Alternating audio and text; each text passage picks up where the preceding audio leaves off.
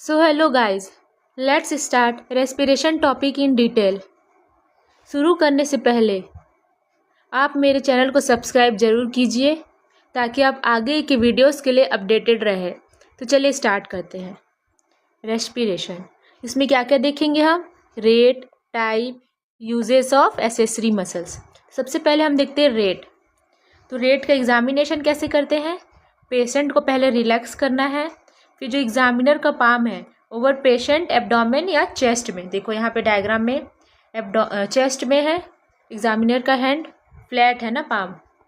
इसके बाद राइज और फॉल को देखना है। 1 राइज एंड 1 फॉल कितना होता है? 1 ब्रीथ होता है, ठीक है। अब measure patient pulse simultaneously with the other hand to divert attention. देखो यहाँ पे पल्स भी मेजर कर रहा है। ये इसलिए करते हैं ना कि पेशेंट को ऐसा ना लगे कि हम उसका ब्रीदिंग चेक कर रहे हैं, ठीक है। अगर उसको ऐसा लगेगा तो उसका ब्रीदिंग का पैटर्न चेंज हो सकता है, इसलिए। अब नॉर्मल रेस्पिरेटरी रेट कितना होता है? 16 से 20 ब्रीथ्स पर मिनट। अगर मोर देन 20 हो जाए तो उसे हम टैकिपनिया बोलते हैं, वहीं पे लेस देन 10 हो जाए तो उसे हम ब्रेडिपनिया बोलते हैं। तो चलो अब कॉजेज़ देख लेते हैं। टैकिपनिया के क्या क्या कॉजेज़ हैं? फिजियोलॉजिकल में देखते हैं, एंजाइटी, एक्सर्शन। इसके अलावा है पैथोलॉजिकल, इसमें आता है एम्फाइजेमा, न्यूमोथोरैक्स, प्लूरिसी, हाइपरथायरॉयडिज्म। अब ब्रेडिपनिया के कॉजेज़ देख लेते हैं। इसमें हम देखेंगे पैथोलॉजिकल कॉजेज़, ठीक है। तो इसमें है यूरेमिया, सीएनएस डिप्रेसेंट ड्रग्स जैसे कि बार्बिचूरेट हो गया, अल्कोहल हो गया। इसके अलावा बेंजोडायाजेपिन भी होता है ना।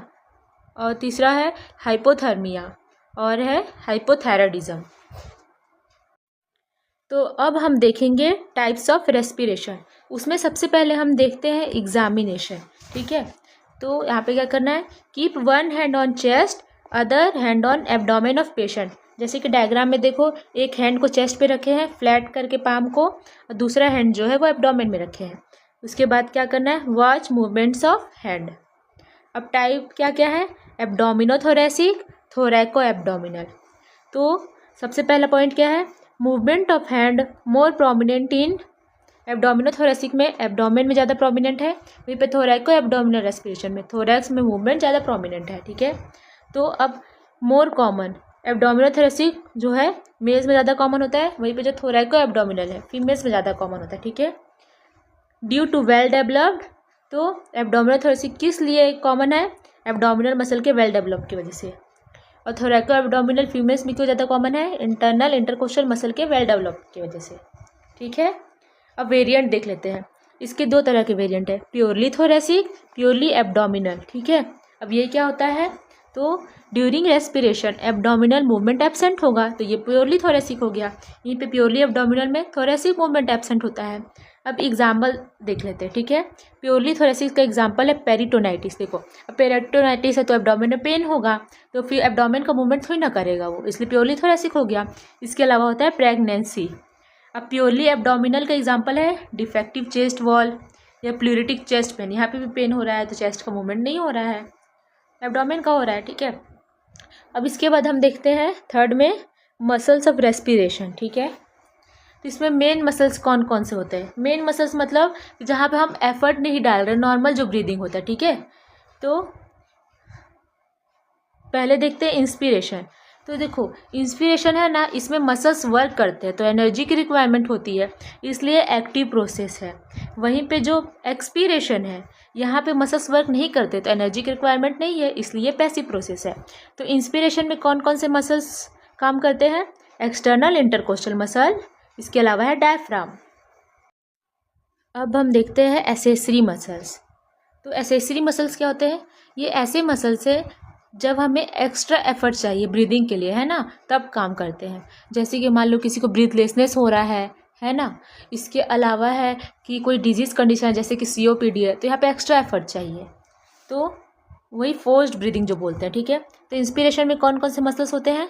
सेरेटस एंटीरियर, स्टर्नोक्लिडोमेस्टॉइड, स्कैलिनस एंटीरियर, पेक्टोरलिस और ट्रेपेजियस। वहीं पे एक्सपीरेशन में कौन कौन से होते हैं जो फोर्स एक्सपीरेशन कराते हैं? Internal intercostal muscles, abdominal muscles, quadratus lumborum और लैटिसिमस डॉर्साई, ठीक है। अब हम देख लेते हैं एबनॉर्मल पैटर्न ऑफ ब्रीदिंग। ये दो तरह का होता है, रेगुलर होगा लेकिन एबनॉर्मल है, दूसरा है इरेगुलर, ये भी एबनॉर्मल है, ठीक है। तो रेगुलर में क्या क्या है, दो पढ़ेंगे हम लोग, कीन स्ट्रोक है और दूसरा है कुस्मॉल। वहीं पे इरेगुलर में है बायोट ब्रीदिंग, इसके अलावा एटैक्सी और एपन्यूस्टिक, ठीक है। तो सबसे पहले हम देखते हैं कीन स्ट्रोक। कीन स्ट्रोक क्या होता है, ग्रेजुअल डीपर फास्टर ब्रीदिंग होगा, देखो ग्रेजुअली जो है डीप हो रहा है और फास्ट ब्रीदिंग हो रहा है। देन सैलो स्लोअर ब्रीदिंग, ठीक है। उसके बाद में क्या हुआ, इसके बाद सैलो हो गया और स्लोअर ब्रीदिंग हो गया। फिर देन अपनिया होकर, इसके बाद में एपनिया होगा। एपनिया क्या है, एब्सेंस ऑफ ब्रीदिंग, ब्रीदिंग ही नहीं हो रहा है, देखो यहाँ पे ब्रीदिंग ही नहीं हो रहा है ना। देन साइकिल रिपीट्स, फिर यही चीज़ रिपीट हो रहा है यहाँ पे। इसका एग्जाम्पल क्या क्या है, कब कब होता है ये, लेफ्ट वेंट्रिकुलर फेलियर हो गया, इसके अलावा ब्रेन स्टेम लीजन में, ठीक है। अब इसके बाद देखते हैं हम लोग कुस्मॉल्स ब्रीदिंग। ये क्या है, यहाँ पे रैपिड डीप ब्रीदिंग होगा, देखो कैसे, देखो यहाँ पे एकदम रैपिड हो रहा है, जल्दी जल्दी हो रहा है ब्रीदिंग और डीप हो रहा है, ठीक है। ये कौन से कंडीशन में होता है, मेटाबॉलिक एसिडोसिस, जैसे कि डायबिटिक कीटो एसिडोसिस में होता है, ठीक है।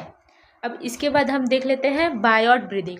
बायोट ब्रीदिंग क्या है, यहाँ पे रैपिड डीप रेस्पिरेशन होगा विथ एपनिया बिटवीन सेट्स, देखो यहाँ पे रैपिड और डीप रेस्पिरेशन हुआ, फिर एपनिया हो गया, ठीक है। फिर यहाँ पे रैपिड डीप रेस्पिरेशन हुआ, फिर एपनिया हुआ, ठीक है। इसका एग्जाम्पल क्या है, मेनिंजाइटिस। एक और चीज़ देख लो, दिख रहा है नॉर्मल रेस्पिरेशन है, ठीक है। उसके बाद एटैक्सिक देख लेते हैं। एटैक्सिस का एग्जाम्पल क्या है, ब्रेन स्टेम डिसऑर्डर्स में। अब एपन्यूस्टिक, यहाँ पे क्या हो रहा है, prolonged inspiratory face with shorten expiratory face, देखो इंस्पिरेशन कितना बड़ा है और एक्सपिरेटरी तो छोटा हो गया, फिर इंस्पिरेशन बड़ा है फिर एक्सपिरेटरी छोटा है, ठीक है। ये कौन सी कंडीशन में होता है, पोंटाइन लीजन्स में। अगर आपको वीडियो हेल्पफुल लगा हो तो लाइक, सब्सक्राइब और शेयर ज़रूर कीजिए, और आगे के जनरल एग्जामिनेशन के टॉपिक हम आगे के लेक्चर्स में कवर करेंगे।